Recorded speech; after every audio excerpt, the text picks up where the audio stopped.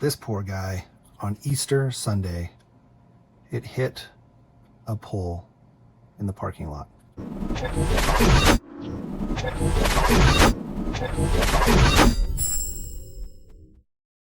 Fence post, actually. We hit some sand, slid off the road, and right into a fence post. So we lost our steering knuckle. We actually have, yeah, look, we actually still have the little piece. We found every piece. It was crazy. We actually lost the link and we couldn't find it. We found this, we found the tire.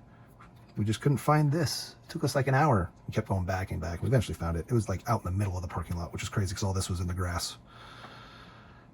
Anyway, we have to replace our front bulk, our shock tower, and our knuckle. The outside of our knuckle. We've got this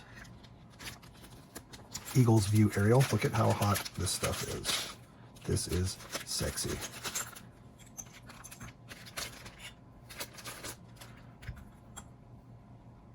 How nice are those? And this is a blue body, so it should be kind of fun.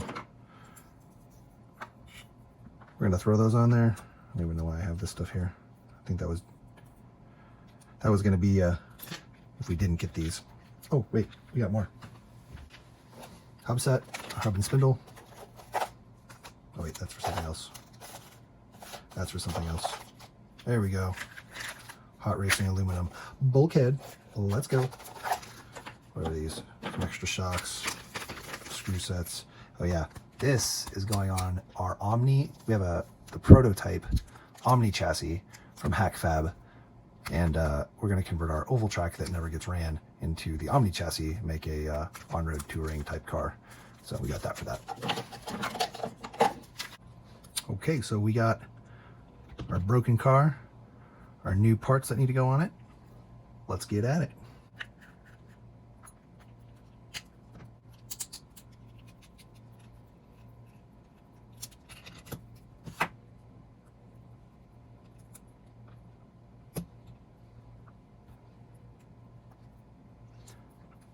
So while you're doing this, you might as well check your bearings, make sure your bearings are still good and free flowing.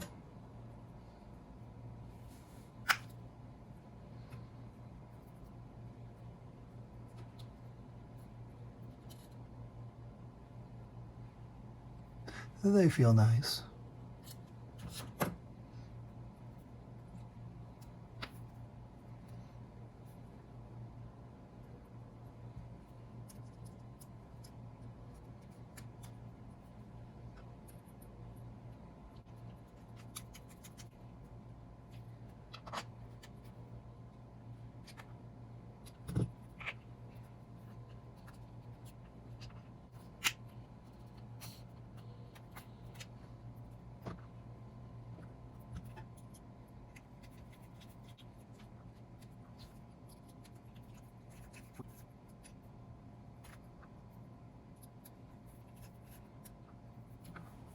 These guys with the threading only on the top portion, they're called kingpins. When I went into Hobbytown the other day to get some more kingpins for one of the other cars, I was like, yeah, I need some kingpins for the Mini B, Mini T. And the guy's like, wow, you actually know what they're called? Because apparently a lot of people just call these screws with no threading on them. They're called kingpins. At least on the front hub and spindle, they're kingpins there. So just know what you're asking for when you're asking. It helps those guys, helps them find the stuff sometimes. Sometimes they don't know what they're talking about. Sometimes they do. You kind of want to make sure whenever you're repairing something that broke, you just kind of want to inspect stuff to make sure it's not bent, because these could maybe be bent, or there could be cracks. That's why I said, like, check our bearings, take the opportunity to kind of make sure everything is still smooth, because you never know when you've got other parts that are broken and you don't realize that they are broken or bent.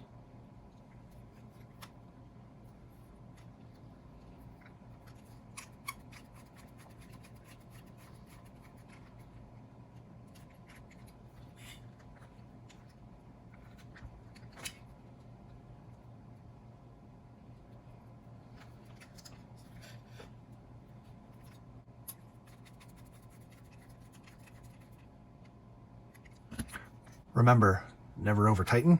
Make sure you're, not that you can really over tighten this from a binding standpoint, but you could over tighten them and strip them out. Again, we work on smaller cars here. They don't need a whole lot of force, right? You don't need a ton of torque to get stuff to stay, especially when it's going into plastic. You don't want to strip them out.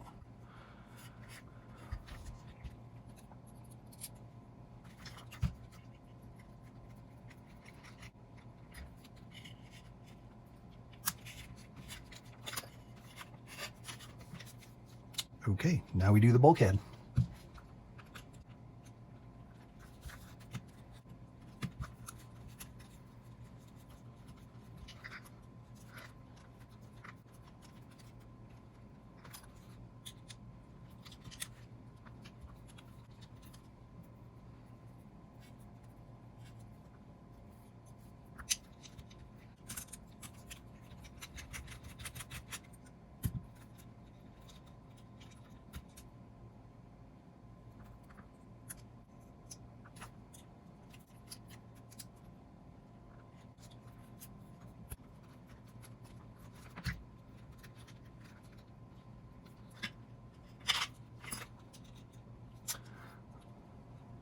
So one thing about taking the bulkhead off, so it's part of your bell crank, and your bell crank screws here at the bottom hold this sleeve. I don't know if you can see it very well here, but there's this sleeve right here, okay? And if you're unscrewing the bulkhead, right, where you get it like that, and these screws on the bottom aren't tight, while you're unscrewing it, the sleeve will just spin. So you're not going to be able to get this screw out because the sleeve is just spinning on you. So you want to make sure that the bottom is tight.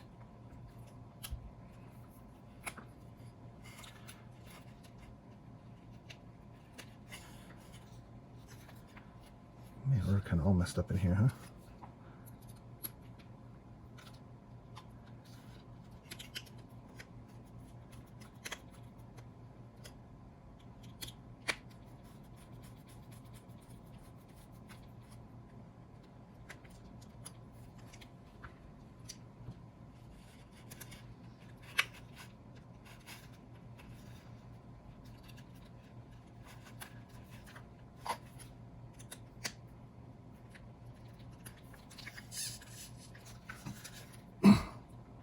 Also on these, you want to make sure you don't over tighten these two screws. If you do, you get no movement. Okay, so just make sure those aren't tight, because then you'll be binding on your front end quite a bit.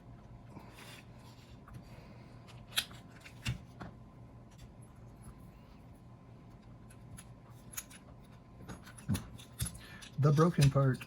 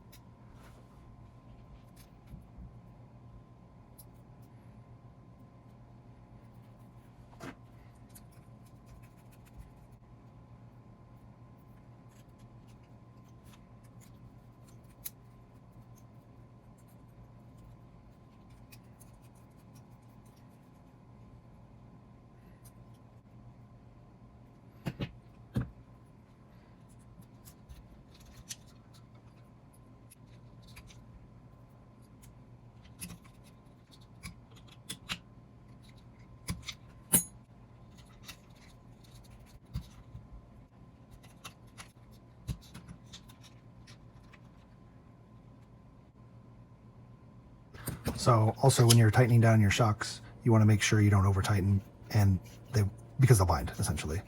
If you over tighten these and they're pushing too hard, and these feel like they don't tighten all the way down onto the carbon on the shock tower. So I actually think this moves just a little bit, which is nice because it means even if you tighten these a lot, you probably aren't gonna get binding. So that's pretty awesome, but there's no play, so that's good. And worst case, if you did have play, you just put a shim back there or in the front, probably in the back, honestly. You don't want to change the geometry too much, but you just want to be able to tighten your nut down against the shock tower. But yeah, you're good. On the stock one, you can over tighten these and then they'll just like bind, and you can tell when you push up, it just kind of feels like it sticks. This should never stick. You should just feel it slap down. And drop, you can feel it drop.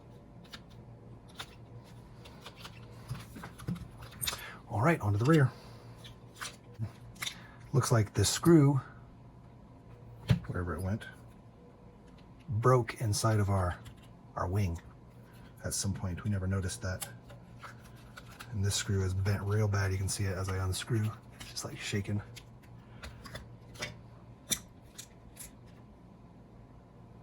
Oh yeah.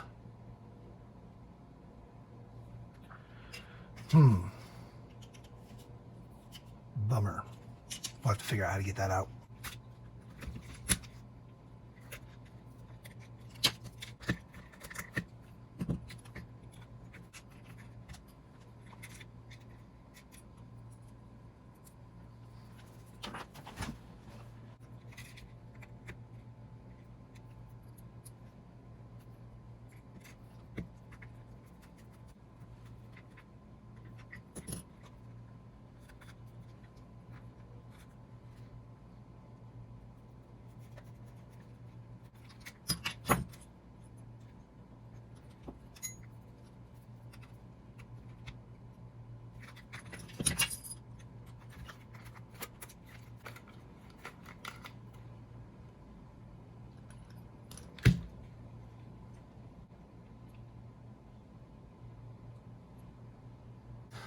We're stupid. I didn't realize that we needed the washers on top of this. All right. So I never claimed to be an expert. I just try to share the knowledge that I have or that I learn along the way, and hope somebody can learn from that and not have the hardships that I go through when I run into something or screw something up, like forget to put the washers on here. Now, I'm curious, for those of you out there who know more than me, why would you flip the camber ball link to the top? Like, what's the benefit of that? I'm curious, because it seems like you're going to get the same amount of, articulation here. Why would you need to flip the camber ball to the top location? And I know that you can shim underneath here to raise it and lower it, and I guess maybe flipping it to the top allows you to lower it more. That might be why. Or again, maybe it just gives you more adjustability, is why you would flip it to the top, because again, you can shim it and you adjust your roll center here. But I don't know why you'd if there's another benefit to flipping it to the top other than just more granular adjustability. If this doesn't provide you the amount you want, you can flip it and get even further down, maybe. I'm not sure. Tell me in the comments below. Anyway, we are good to go here. Got our new front bulkhead, got our new steering, got shock towers. We're solid. The only problem is we've got a little piece of screw stuck in there. There we go. Stupid little screw. So we were able to use this tiny drill bit, and we basically were able to drill out the screw. There's still a little bit of metal in there from the screw. We actually just drilled through the screw, so our screw has a tiny hole in it, or part of a hole in it anyway. But we should be able to fit a new screw in there, at least in there deep enough to hold it. We might have actually pushed the screw head down in there a little further. You can see it actually kind of deformed the plastic just a little. But that's okay. It's just the wing, and we're gonna have 3 screws in there total anyway, so we should be fine. So the Eagles View aerial carbon fiber rear shock tower has this spacer, and then you also have a screw spot. They give you an extra screw to screw your wing into.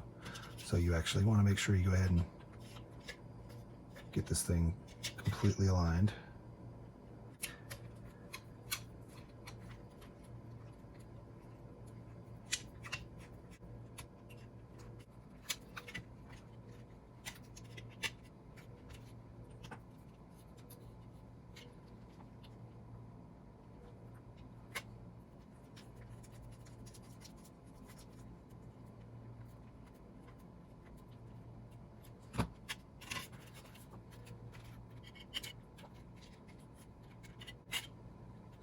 Okay, I think we're good to go here.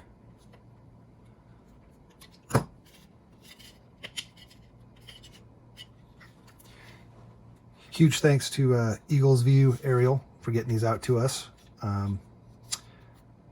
They're definitely a cool add-on. We did buy these; they were not free, so it's not a paid promotion. It's just a fan of the product. So he makes a bunch of cool stuff. He makes Midi Z stuff, the shelves, and I think I mentioned it in one of the other videos. So definitely check them out. It's just kind of his side gig, so definitely support somebody who's trying to support the hobby when they can. Anyway, we're gonna get this out there and we're gonna run it. There's everything that was broken. We upgraded.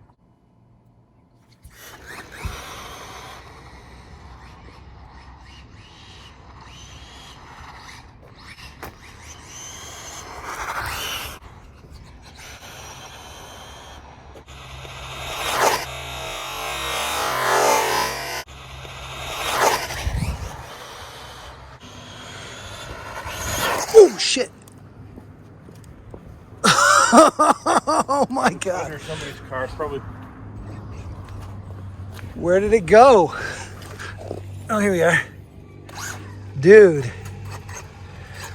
I was not ready for that. That's what happens when I look looking at my phone.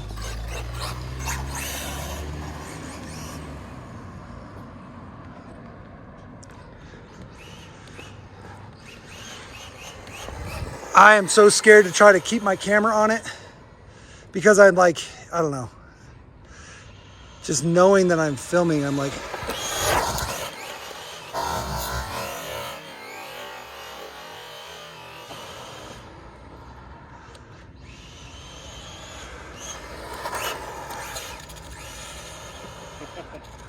oh shit. Something happened. Had a wheel in the air. I have a wheel on the ground now. I didn't even hit anything. It literally just pulled out of the A-arm. It literally pulled through the A-arm here. Wow. Crazy, dude. Almost a lot of torque on that thing, man. It was coming down and pitching the tire way in the air. I mean, I didn't hit anything. I didn't hit anything when I went into the car. No. Wild. Just a lot of, just too much. a lot of torque on that thing. Yeah. All right. So after that run, we actually just pulled the A-arm out of the pin here. You can see we fixed it and kind of messed around a little bit more with it, but it just pulled right through the pin because we had so much force on here. So we got to replace this A-arm now. Hopefully we didn't bend this pin up too bad, but we'll have to give it a look when we get it apart.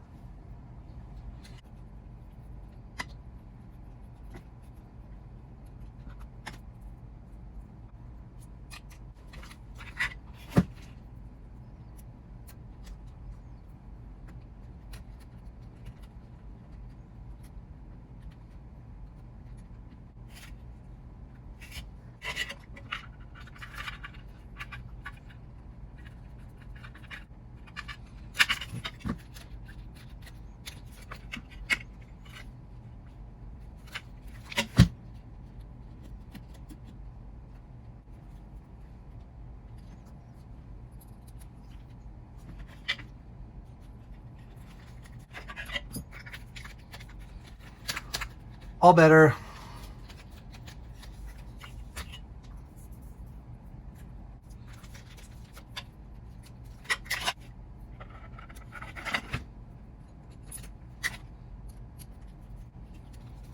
And don't forget to tighten your grub screw or your set screw.